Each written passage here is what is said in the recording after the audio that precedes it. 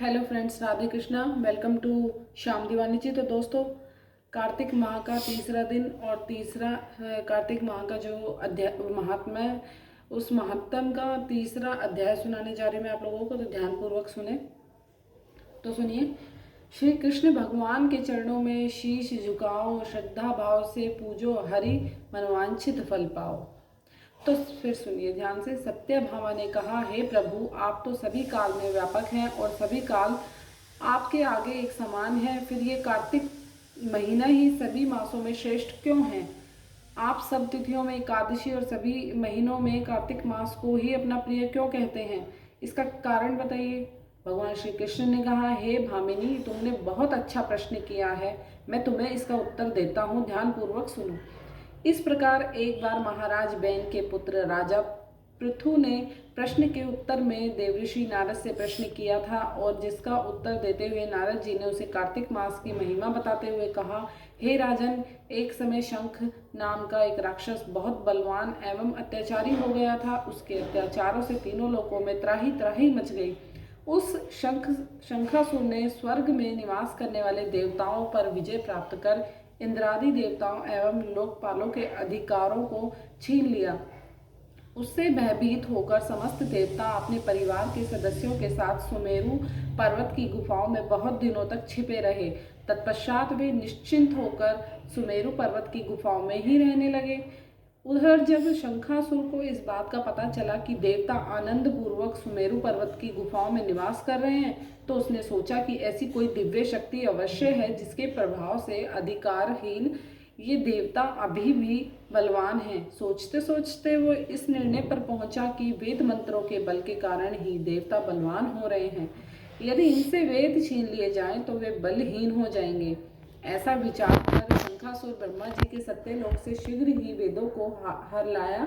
उसके द्वारा ले जाए जाते हुए भय से उसके चुंगल से निकल भागे और उसके जल में समा गए। शंखासुर ने वेद मंत्रों तथा बीज मंत्रों को ढूंढते हुए सागर में प्रवेश किया, परंतु न तो उसको वेद मंत्र मिला और न ही बीज मंत्र।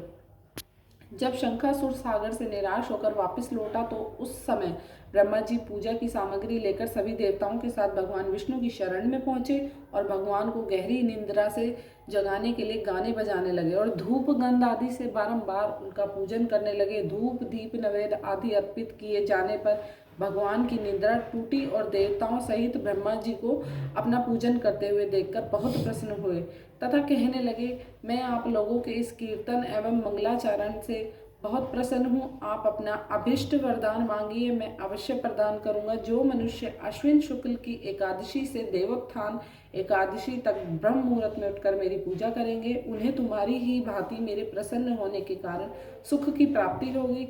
आप लोग जो पाद्य अर्घ्य आचमन और जल आदि सामग्री मेरे लिए लाए हैं, वे अनंत गुणों वाली होकर आपका कल्याण करेंगी। शंखासुर द्वारा हरे गए संपूर्ण वेद जल में स्थित हैं। मैं सागर पुत्र शंखासुर का वध करके उन वेदों को अभी लाए देता हूँ। आज से मंत्र बीज और वेदों सहित मैं प्रतिवर्ष कार्तिक मास में जल में विश्राम किया करूँगा। अब मैं मत्स्य का रूप धारण करके जल में जाता हूँ। तुम सब देवता भी मुनीश्वरों सहित मेरे साथ जल में आओ। इस कार्तिक मास में जो श्रेष्ठ मनुष्य प्रातःकाल स्नान करते हुए सब यज्ञ के अवभृत स्नान द्वारा भली भांति नहा लेते हैं। हे देवेंद्र, कार्तिक मास में व्रत करने वालों को सब प्रकार से धन पुत्र पुत्री आदि देते रहना और उनकी सभी आपत्तियों से रक्षा करना। हे धनपति कुबेर, मेरी आज्ञा के अनुसार तुम उनके धन धान्य की वृद्धि करना, क्योंकि इस प्रकार का आचरण करने वाला मनुष्य मेरा रूप धारण करके जीवन मुक्त हो जाता है। जो मनुष्य जन्म से लेकर मृत्यु पर्यंत विधि पूर्वक इस उत्तम व्रत को करता है, वो आप लोगों का भी पूजनीय है। कार्तिक शुक्ल पक्ष की एकादशी तिथि को तुम लोगों ने मुझे जगाया, इसलिए ये तिथि मेरे लिए अत्यंत प्रीतिदायिनी और माननीय है। हे देवताओं, ये दोनों व्रत नियम पूर्वक करने से मनुष्य मेरा सानिध्य प्राप्त कर लेते हैं। इन व्रतों को करने से जो फल मिलता है वो अन्य किसी व्रत से नहीं मिलता। अतः प्रत्येक मनुष्य को सुखी और निरोग रहने के लिए कार्तिक महात्म्य और एकादशी की कथा सुनते हुए उपयुक्त नियमों का पालन जरूर करना चाहिए। तो दोस्तों, ये था कार्तिक मास के महत्तम का तीसरा अध्याय। मैं उम्मीद करती हूँ आप लोगों को अच्छे से समझ आया होगा, और आप लोगों को अगर मेरी वीडियो पसंद आई तो प्लीज़ मेरे चैनल को सब्सक्राइब कर देना, और वीडियो को लाइक शेयर करना नहीं भूले। कमेंट करके बताना कैसी लगी। मिलते अपनी नेक्स्ट वीडियो में, तब तक के लिए नमस्कार, राधे कृष्णा, बाय बाय दोस्तों।